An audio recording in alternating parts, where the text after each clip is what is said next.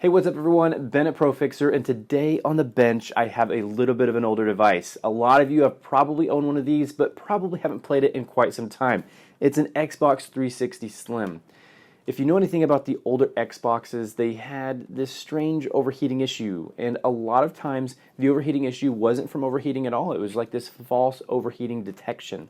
If you notice on this particular device, once you hit the power button, the fans start to run full speed, and the power button turns into a red blinking light. This generally indicates that it's overheating, or at least it thinks it does.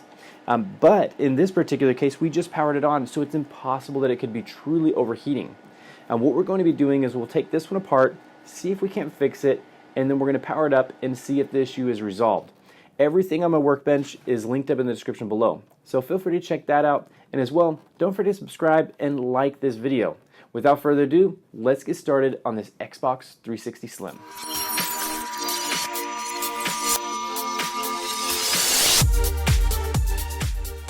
The first thing that you want to do with your Xbox 360 Slim, if you do have the red light blinking on the front and the fans full speed, is to disassemble it.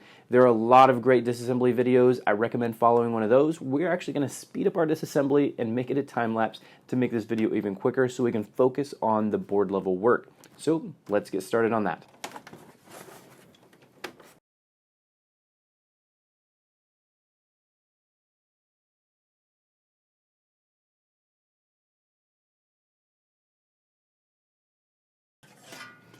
All right, got the board pulled.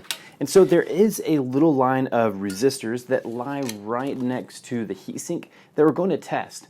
We're going to see if these are operating at the proper tolerances, and if they are, we may have some more serious issues. If they aren't, it's probably going to be pretty easily fixable, and I'm going to show you how. So I'm going to take this over to my solder bench, and I'm going to show you what I see under the microscope as I work on this Xbox 360 Slim. Let's go ahead and take a look. Now that we have our board over here on our soldering bench, we can now test the resistors that are sitting right here next to the heatsink. It's this row of 6 resistors that should be measuring at near 0 ohms. Now what we'll do is we'll measure the first one, and as you can see on the meter, it's measuring right about 0.2. This second one here, this one's measuring right at 11.5, and even after the reading settles in, it really doesn't go under that amount. It goes to 11.4, 11.5, so that one is definitely a problematic resistor. This third one here is measuring at 0.2 to 0.3, which should be okay. This fourth one here is measuring right at 0.3, 0.2 as well. And then, let's see, this fifth one is measuring right about the same. And this last one is measuring definitely, well, it's kind of dropping down a little bit, but it does not seem to be as low as the other ones. Is at 0.8, and so we do have a couple problematic resistors. To keep conformity's sake for all of these, we're actually going to run a jumper across them all. We're actually going to try to bridge a ball of solder across the whole thing. If we can't do that, then we're going to add a little bit of a jumper with a wire. What we'll do here is we do want to add a little bit of flux on here. Alright, so taking a little bit of solder on our soldering iron, we're going to remove all of these resistors here. Now what we can do is you can just touch the edge of it with a little bit of solder. It's going to lower the temperature of it, and you'll be able to knock all of these off. And we're doing this realistically for conformity's sake. We want to just remove all those resistors so that they're all exactly the same, and we'll replace them all with jumpers. I'm going to be using this enamel coated wire, which is really nice. And we'll hold this down here.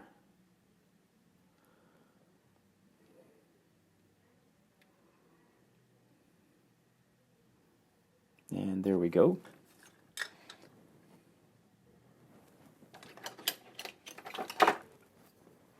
And then we're going to cut this right off.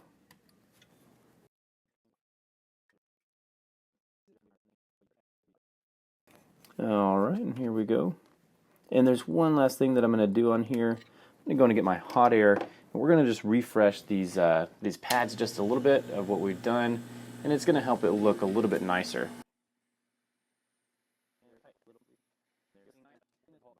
So while it's still pretty warm, you can get some alcohol and a Q-tip, and we just use 99% isopropyl alcohol.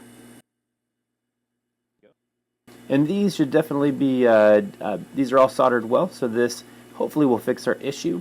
Now that we basically have them all reading at the proper tolerances, we're going to go ahead and assemble the device and go back over to our standard workbench, and then we're going to power it up and see if it actually fixes it.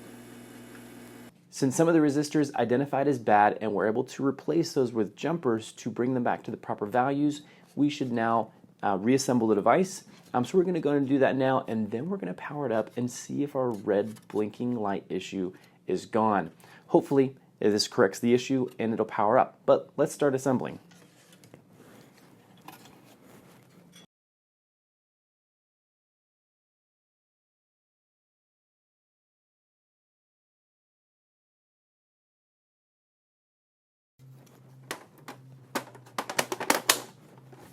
So now that we have everything assembled and put back together again, it's ready to test. As long as the resistors were the only thing that was wrong, once we plug in the power supply and hit the power button, we should get a green light indicating that everything is operating properly.